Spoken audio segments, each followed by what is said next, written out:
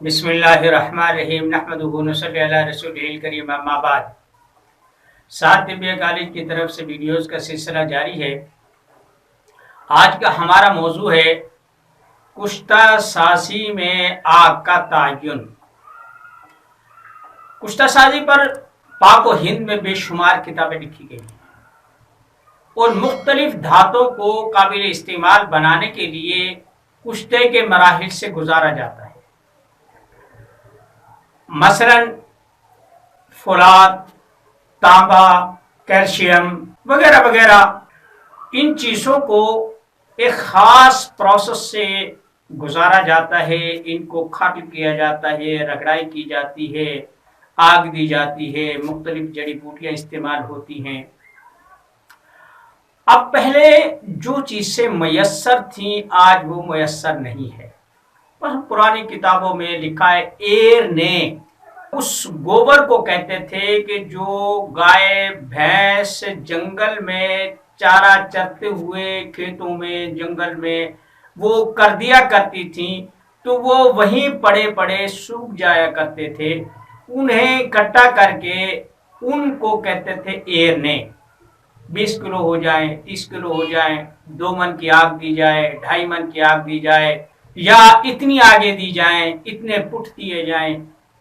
اب نہ تو اب ایرنے ملتے ہیں، نہ اتنا کسی کے پاس وقت ہے کہ وہ جنگل میں مارا مارا پھرے اور وہ کٹھا کرتا پھرے، اور کشتوں کی مانگ اور ان کی ضرورت آج بھی اتنی ہے بلکہ اس سے بڑھ چکی ہے۔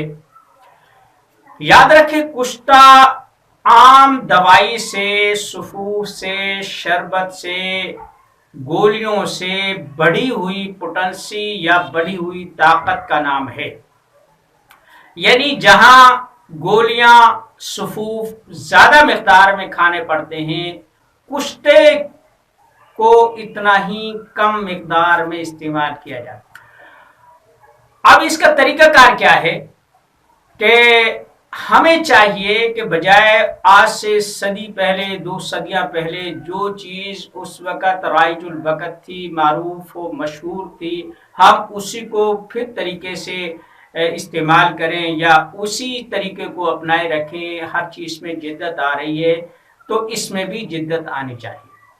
دیکھیں آج کل کیمسٹری نے ایک چیز کو اتنا باریک اور مہین طریقے سے تجزیہ کر دیا ہے، حساب و کتاب کر دیا ہے کہ 20 کلو ایئر نے، 20 کلو اپلے یا 20 کلو گوبر کی جو مقدار تھی، جو جتنی اس میں سیک ہوتی تھی، یہ تو ایک معمولی چیز ہے۔ انہوں نے تو پہاڑوں کے پہاڑ اور ٹنوں کے حساب سے کولا اور یہ چیز اس کی جو توانائی اور حرارت ہے اس کا حساب کتاب نکال دیا، تو یہ 20 کلو کیا معنی رکھتے ہیں۔ آج کل گیس آ گیا ہے، ہیٹر ہیں اور سولر سسٹم ہے، اس کی بنیاد پہ ہمیں جدید سہولیات میسر آ گئی ہیں، ہمیں چاہیے کہ ان سے فائدہ اٹھائیں۔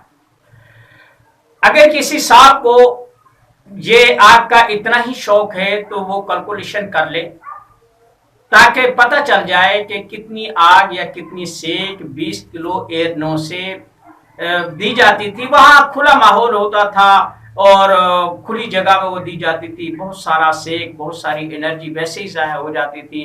اس کلیاں کو، اس ہنڈیا کو یا اس گجپٹ کیے ہوئے برتن کو کتنی آگ پہنچتی تھی، اس کا حساب آسانی سے ہو سکتا ہے۔ اور وہی چیز ہم سوئی گیس سے، ہیٹر سے، سولر سے یا پیٹرول سے یا ڈیزل سے کسی بھی مد میں اس بنیادی طور پر آگ چاہیے، اسے اتنا دے۔ اب رہی یہ بات کہ ہلکی آنچ ہونی چاہیے، تیز آنچ ہونی چاہیے، بھائی جو ایکسیلیٹر آپ کے ہاتھ میں ہوتا ہے جتنا چاہے اس کی لو کو بڑھا لے، جتنا چاہے کم کر دے، اور اس ریگولیٹر سے تو آپ بالکل ایک نپی تلی آگ اسے دے سکتے ہیں۔ تو اس لیے کشتوں میں اگر یہ چیزیں استعمال کی جائیں، یہ معنی نہیں رکھتی کہ وہ بیری کی لکڑی تھی، وہ اپلے تھے، وہ گوبر تھا، وہ پاتھیاں تھی اور وہ لکڑیاں تھی، وہ فلاں تھا یا بکریوں کی مینگنیاں تھیں۔ ہاں کچھ ایسی چیزیں ہوتی ہیں جن میں آہستگی کے ساتھ آگ دی جاتی ہے تاکہ اندر پڑی ہوئی چیز کو بھی